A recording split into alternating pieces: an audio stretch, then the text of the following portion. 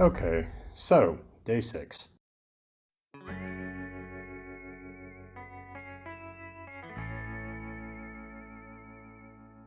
We are now grappling with the news that the event to which we were driving has been postponed to April 23rd due to some concerns about very bad weather and very icy road conditions. In other words, we won't be showing up on Saturday at Radwood Austin after all, because Radwood Austin is now going to be on April 23rd. That being the case, we spent a lot of time discussing what to do, and frankly, we decided to continue the trip, end up in Austin, and then figure out if we can stash the cars there. We have some ideas. With luck, revisit the whole idea and come back down for Radwood in April.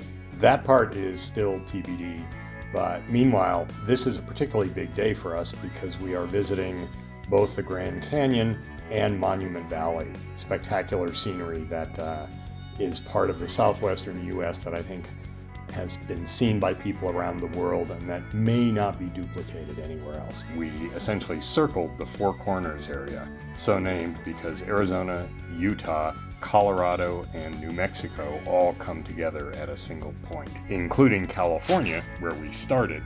That makes 5 U.S. states in one day. This was the area where if we got stuck, if something happened with the cars, it could have been fairly dire, because there were long periods, 5 or 10 minutes, where we were the only cars on the road that we saw.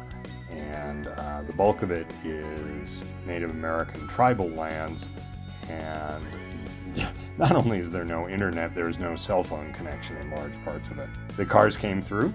They've now covered 2,000 miles or more each, which is kind of remarkable. We did the obligatory Grand Canyon photos of each of us. Tom was able to duplicate an earlier car picture he took years ago coming through the same area at the very same vista, which was kind of fun. And we spent the bulk of our day actually on the Navajo Code Talkers Highway, referring to the World War II story, which if you don't know, you should look up. The cars themselves are doing fine. My car is beeping twice randomly every few hours. No idea what that means. And because the trip computer screen is essentially almost dead, I will have no way of finding out. The heater is confusing.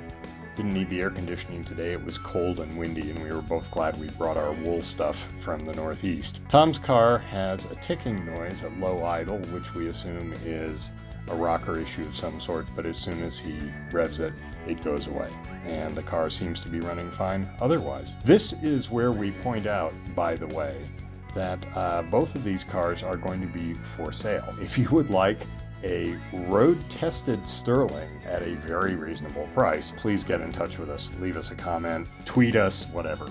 We did not necessarily intend to own both of these cars forever, and we would love to have them find new forever homes. Tonight we ended up at the El Rancho Hotel in Gallup, New Mexico, which is pretty fabulous. This is a 1930s Hollywood hangout. They did a lot of westerns in the area because of the amazing scenery, and it's just a timepiece and pretty wonderful. The rooms are good.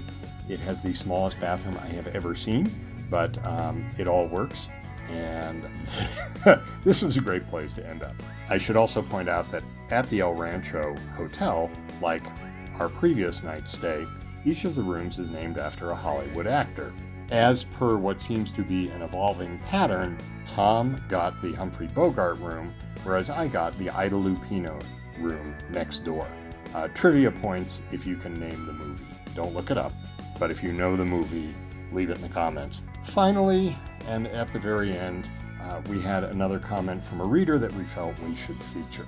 Our thanks to Sean Porter for commenting. Thank you for your support, Sean. Please do follow us. And with that, we're off to have some dinner, and tomorrow we are hitting the road again, grappling with this rather unfortunate turn of events, but onwards with the road trip.